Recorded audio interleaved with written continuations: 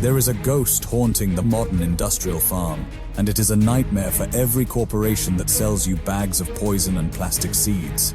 For thousands of years, the world did not look like the rows of starving, lonely crops you see from your car window on the highway today. Instead, the earth was covered in a self-sustaining masterpiece of biological engineering that required zero weeding, zero pruning, and zero synthetic fertilizers to produce abundance. Imagine a garden that plants itself, feeds itself, and defends itself from pests while you simply walk through the shade and harvest your daily meals. This is not a fantasy of a distant future, but a suppressed technology from our deep past that is 3 times more productive than modern farming. Not per tractor, per square inch. This is the forbidden wisdom of the food forest, a biological machine that the seed monopolies desperately fear you will build. The archive opens in 1974, when a man named Bill Mollison watched the forest and realized the world was farming in a way that defied nature.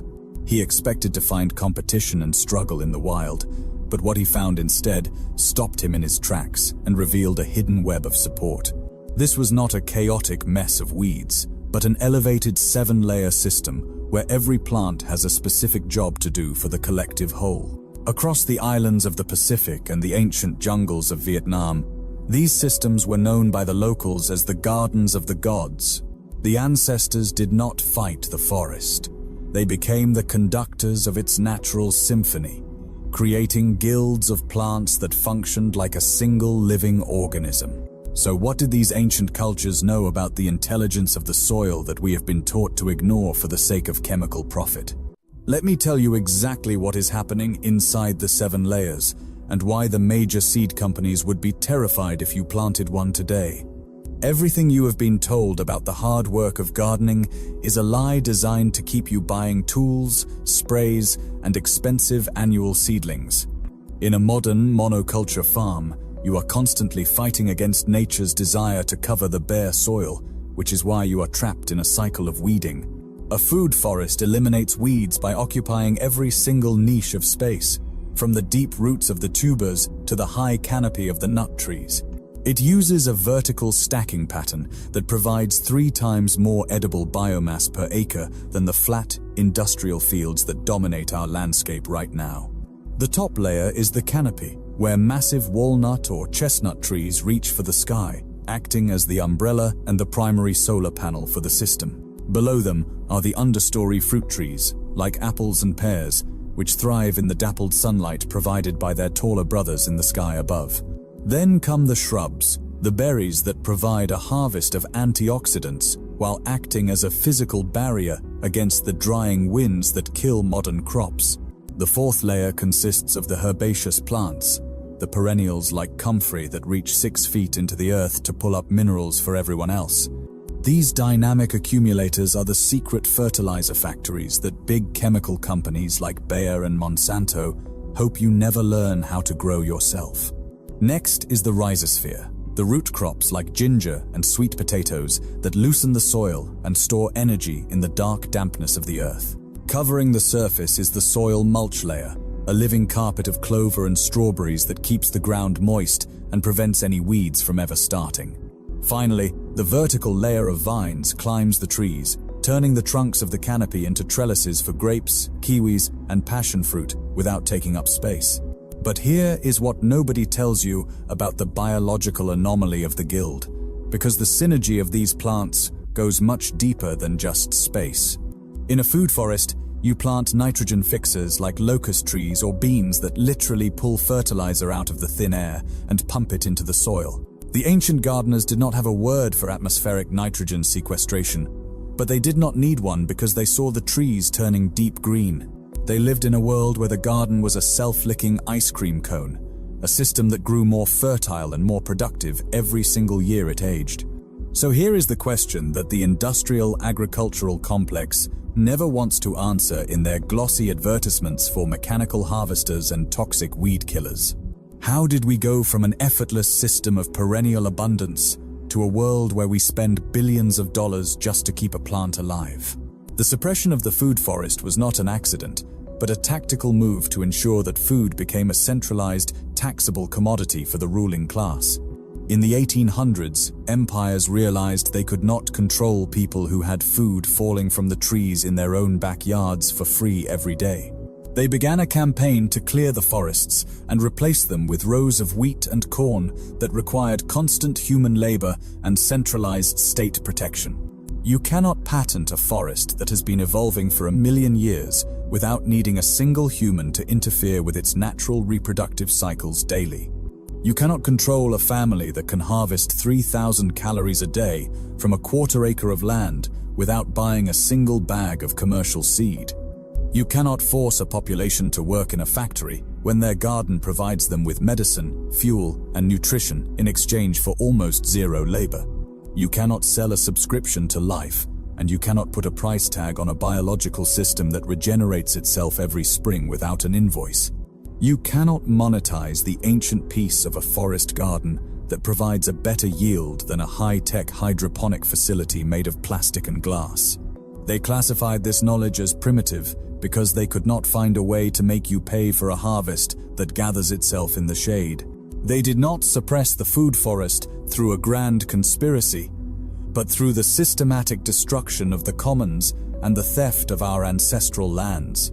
By the time the 21st century arrived, the knowledge of how to stack plants for maximum synergy had been nearly erased from our collective modern memory. The education of farmers changed to focus on chemistry and heavy machinery, ignoring the biological relationships that once made our ancestors completely sovereign from any market. But here is what they could not erase from the world: the wild groves that still produce fruit in the abandoned corners of the countryside and city. Knowledge does not die as long as the seeds remain, and half the world never truly forgot how to live within the layers of the living forest. In the mountains of Morocco, there are food forests that are over 2,000 years old, still feeding communities with dates, figs, and olives today. In the tropical regions of India, farmers still maintain multi-story home gardens that provide for all their needs without a single drop of chemical pesticide. This was never wild land. This was the highest form of human intelligence, a collaboration with nature that produced more wealth than any stock market ever could. Grandmothers in the Amazon still talk about the dark earth they created to feed the forest, a soil so rich it can grow crops for centuries. But the knowledge was incomplete because we stopped looking at the garden as an ecosystem and started looking at it as a factory for one thing. Half the world never forgot the wisdom of the canopy, while the other half was taught to worship the straight line of the mechanical, industrial plow. That moment of realization is happening right now, as the soil on our industrial farms turns to dust and the price of food becomes a cage.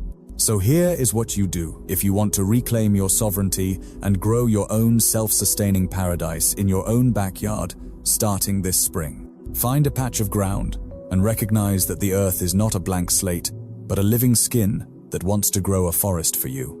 Build your guilds using the 7 layers, placing a nitrogen fixer next to a fruit tree and a dynamic accumulator next to a berry bush. Stop digging the soil and instead cover it with thick layers of organic matter, allowing the worms and the fungi to become your unpaid labor force. Recognize that you must provide a safety note and ensure you do not plant invasive species that might disrupt the local ecology of your specific region. If you are in an area with limited water, focus on deep-rooting perennials that can reach the subterranean moisture that annual vegetables could never hope to find. Do not try to control the garden with a pair of shears, but observe how the plants talk to each other through the underground fungal networks. Reclaim the name of the food forest that the seed monopolies tried to erase from your mind and your local zoning laws for generations now. Every person who plants a guild is one more proof that we do not need their chemicals or their genetically modified seeds to survive and thrive. The forest they cleared, the abundance they hid, the garden they taught you was just a messy collection of weeds. The ancient conductors knew. Those who erased the food forests definitely knew. Now you know. The seeds are still here, still waiting in the dark soil to be allowed to grow into their natural, layered beauty once again. Still ready to turn your backyard into a permanent, self-sustaining source of life that never needs a plow or a weed killer. It can feed you. The story of the food forest is more than just a farming technique. It is a declaration of independence from a system that thrives on your labor. When we look at the massive energy required to produce a single loaf of industrial bread, we see a system that is fundamentally broken and unsustainable. The ancient food forests were a testament to the idea of a permanent culture, where the work of one generation feeds the next 10 without fail. In the old world, a man would plant a nut tree, knowing that his great-grandchildren would still be sitting in its shade and eating its protein. This long-term thinking is exactly what the modern just-in-time delivery model of the global food system seeks to destroy in favor of constant crisis. They want you to believe that nature is a struggle, something to be conquered with expensive technology and patented biological traits owned by a foreign corporation. But the forest teaches us that nature is a gift, a flow of abundance that only requires our participation and our respect to provide for every need. By building a food forest, you are not just growing fruit. You are creating a biological fortress of security in an increasingly fragile and expensive world. Every calorie you harvest from your own trees is a calorie you do not have to buy from a system that profits from your hunger. This is why the knowledge was suppressed, not because it was unproductive, but because it was too productive at making the individual farmer completely and totally free. Imagine a world where every suburban lawn was a food forest, where the streets were edible and the air was thick with the scent of blossoms. The hunger would vanish, the health of the people would return, and the power of the seed companies would evaporate like mist in the morning sun. This vision was real for our ancestors for thousands of years, and it is still possible today for anyone who is willing to plant a tree. The intelligence of the earth is waiting to be activated, and the seeds are ready to provide all the nutrition we could ever possibly need. We must stop thinking of our yards as chores and start thinking of them as the most powerful energy and food plants on the face of the planet. The food forest is the final step toward that future, a bridge between the wisdom of the past and the survival of our modern, hungry society. As you walk through your layers and feel the cool air of the canopy, you are feeling the return of a power that was stolen. It is a power that cannot be patented by a corporation or regulated by a government that fears the independence of its own citizens and people. Take back the soil, take back the seeds, and reclaim the ancient right to live in a world where food is a gift from the forest. The garden is not just a place. It is a promise that the earth will always provide for those who choose to work with its cycles. We are the heirs to a legacy of abundance that was stolen from us in the name of efficiency. But the recovery begins with your hands. Plant your guild, layer your life, and watch as the forest returns to your yard, a defiant sign that the earth still belongs to us. The seed companies can keep their patents and their poisons, but we will keep the forest and the fruit and the freedom that comes from them.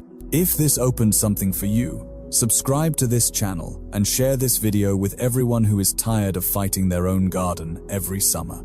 Every share helps preserve the knowledge they spent centuries trying to bury under a mountain of industrial propaganda and a sea of toxic chemical sprays. The next vault of forgotten wisdom opens soon, and we will continue to reclaim the power that has always belonged to the people and the earth. Stay wild, stay sovereign, and never forget that the greatest systems are the ones that have been running themselves since the very beginning of time itself. The archive remains open for those who seek the truth beneath the layers of industrial lies that have clouded our collective memory for far too long. The journey back to the forest begins with a single seed and the courage to believe that nature is still the ultimate provider of everything. Go forth and plant, for the season is here, and the wisdom of the ancestors is already waiting in the roots and the leaves of trees. Your garden is the front line of a revolution that does not need a single drop of blood, only the steady heart of a forest gardener. The fruit is waiting to grow, the soil is waiting to heal, and the forest is waiting to be reborn by your hand today. The cycle of labor ends the moment you realize that the forest knows how to take care of itself, and you at the same time. Listen to the trees, watch the birds, and become the conductor of your own biological orchestra in a world that has forgotten how to hear nature. This is the end of the narrative of work and the beginning of a new era of biological abundance that no corporation can ever hope to own. Believe in the forest, trust in the layers, and let the fruit of your labor be a testament to the power of forgotten knowledge today. If this message resonated with you, let it be the seed of a new way of living that honors the earth while building a free future. The next chapter of our story is being written in the forests of the brave and the guilds of the wise who refuse to weed. Welcome to the age of the biological revolution, where the simplest solutions are the most radical acts of defiance against a system that wants you tired.